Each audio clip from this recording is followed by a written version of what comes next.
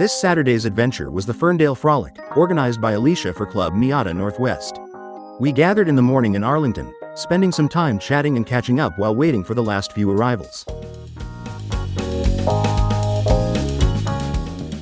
Here's how I describe the color, you'll never miss it again. Have you ever blown a head gasket on a car? No. Okay, have you ever seen what color the oil turns when you blow a head gasket? I've seen oil that's a nasty brownish color, yeah. That's the color. Alright. Miles is like, That yes, one let's with put those that color brown in a sports seats, car. I actually kind of dig that. Yeah. Okay, and then we're doing All like there. white. What the hell is There, I white? know that's Can't record anything. no. If you pass me, you're in charge. There's something uniquely optimistic about showing up to a sports car drive under a blanket of gray Pacific Northwest clouds. The weather may not have looked especially promising, but the roads were dry, the temperatures were comfortable. After a brief driver's meeting, engines fired to life and our colorful caravan pointed north.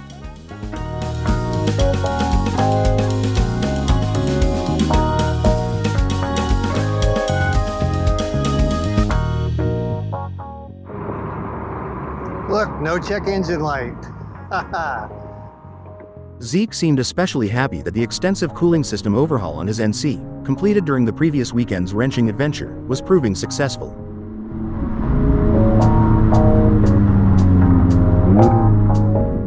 The route quickly led us away from town and onto some of the quieter back roads that make the North Puget Sound region such a fantastic place to explore. The overcast skies softened the landscape, giving everything that familiar Washington look.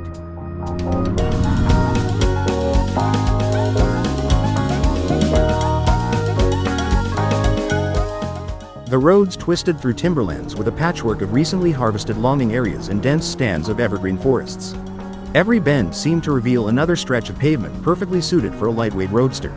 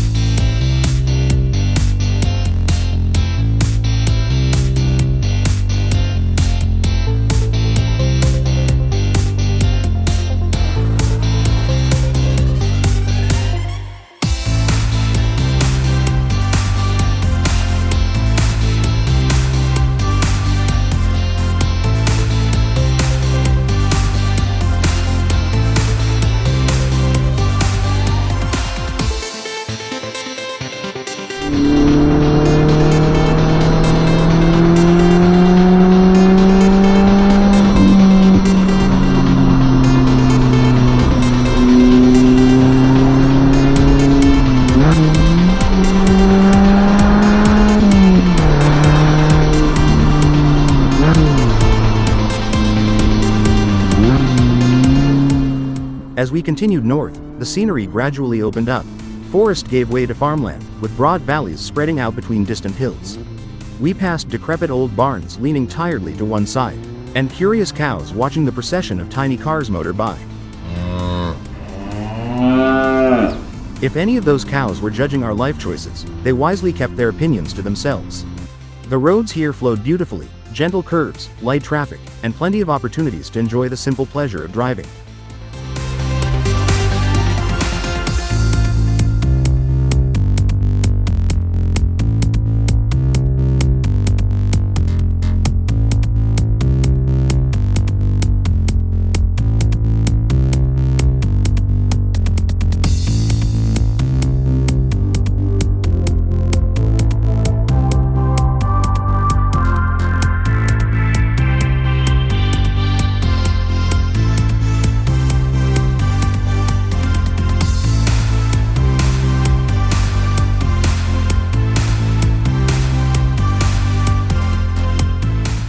In the heart of Skagit County, tucked against the foothills of the Cascades, we followed a network of rural backroads winding through a quiet farming valley. The route carried us past horse stables housed in a massive red barn and alongside a pair of small lakes where a few anglers drifted peacefully in their boats. As our parade of Miatas buzzed past, I couldn't help but wonder what they were thinking. Admiring the cars, or probably quietly grumbling about having their solitude interrupted.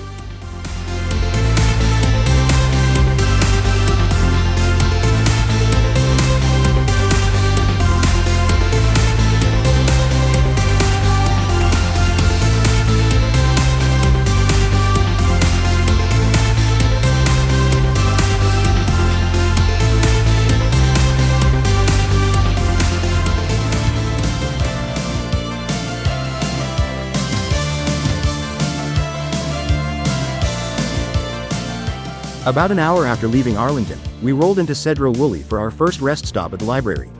The stop gave everyone a chance to stretch their legs, compare notes on the route so far, and inspect each other's cars, which, in Miata circles, is considered a perfectly normal recreational activity.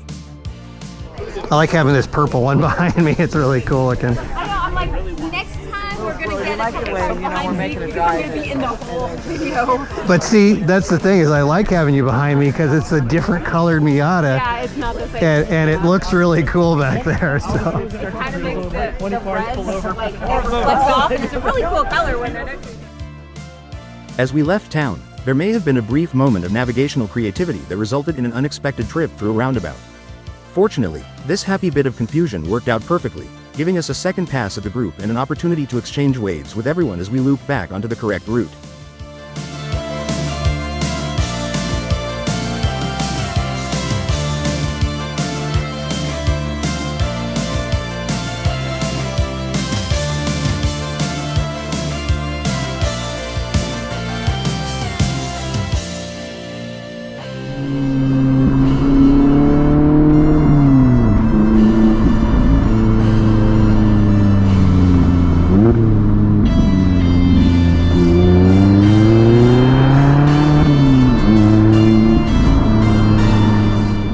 On our way to Samish Bay, the route carried us through a tunnel of trees before depositing us beside what appeared to be a thriving Marshmallow Farm. Agricultural experts may disagree, but from the driver's seat that was the only reasonable explanation. From there, we continued toward the little town of Bow and the scenic coastline just beyond.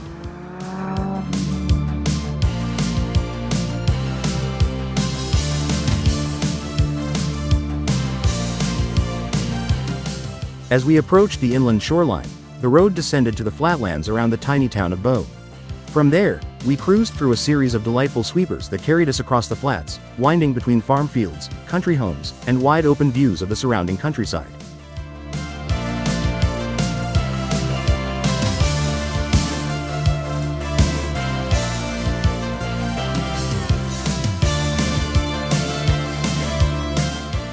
Crossing the bridge over the Colony Creek estuary, we arrived at one of the highlights of the day's adventure, Chuckanut Drive. It's easy to see why this road has become legendary among Pacific Northwest drivers. Carved into the steep mountainside above the shoreline, it winds through dense forest while offering intermittent glimpses across the water toward the San Juan Islands. On the opposite side, rugged walls of exposed rock rise dramatically from the edge of the pavement, close enough at times to make you feel like you could reach out and brush them with your fingertips.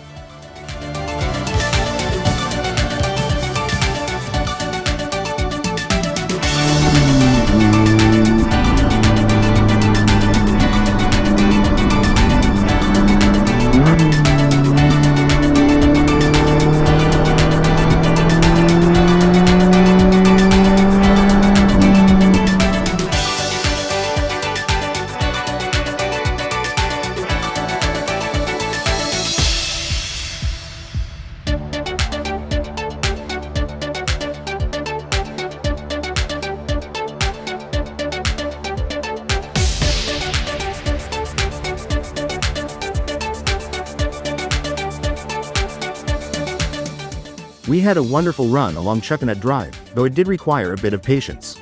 The road was busy with hikers, campers, cyclists, and sightseers all taking advantage of one of the region's most beautiful stretches of coastline.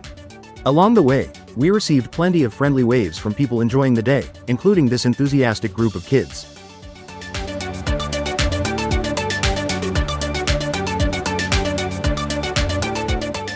Eventually, Chuckanut Drive delivered us into Bellingham. The route carried us through the city's charming downtown streets before transitioning toward the waterfront and industrial areas near the marina. Bellingham has always felt like a city with one foot in the mountains and the other in the sea. On a drive like this, you get to experience a little bit of both. As the day continued, something unexpected happened. The sun showed up.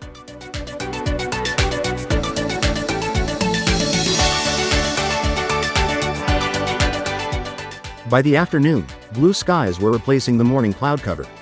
The sunlight transformed the scenery, lighting up the town, fields, waterways, and distant mountains that had spent most of the day hiding behind a layer of gray. The final leg of the drive took us north across more agricultural country. The roads followed dikes and canals through broad open farmland, offering long views across the landscape and a completely different character from the forest roads and coastal twists we had experienced earlier in the day.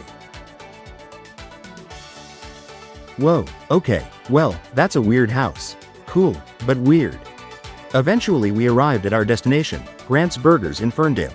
After a full day of driving, few things seem as appealing as burgers, conversation, and a parking lot full of cars cooling off after a good run. In the middle of the night and for the winter, 40 degrees, and I'm like, do you want to put the top up? She goes, no. We got on the highway and drove back to Kirkland, top down. I would suggest for the ice cream place, maybe everybody just pop it in Google Maps and get there on their own. This is going to be a bit chaotic. Just saying.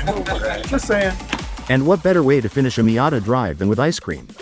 We made our way to Edeline Dairy for a sweet reward at the end of the route. Another great day on some fantastic roads. Thanks Elicia for all the planning and for leading such a fun event.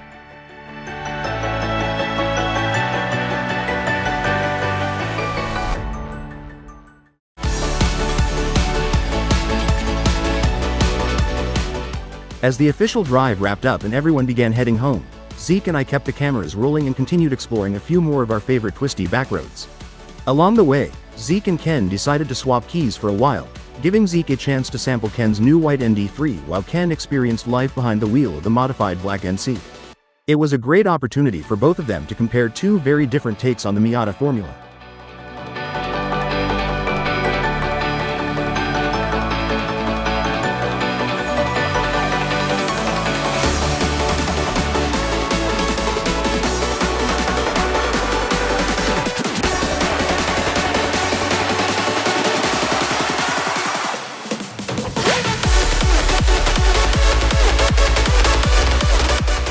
After dropping my mother-in-law off in Arlington, I set off on my own route home, taking the scenic way whenever possible.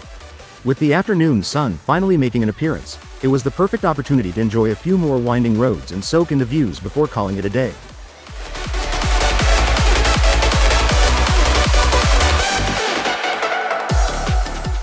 And before wrapping up, I'd like to offer another thank you to Elicia for organizing such a great drive. I'd also like to thank Zeke for sharing his footage, which helped make this video possible. If you enjoyed this adventure, be sure to check out his Miata-focused YouTube channel, called Miata Channel, for more road trips, wrenching projects, and Miata news and shenanigans.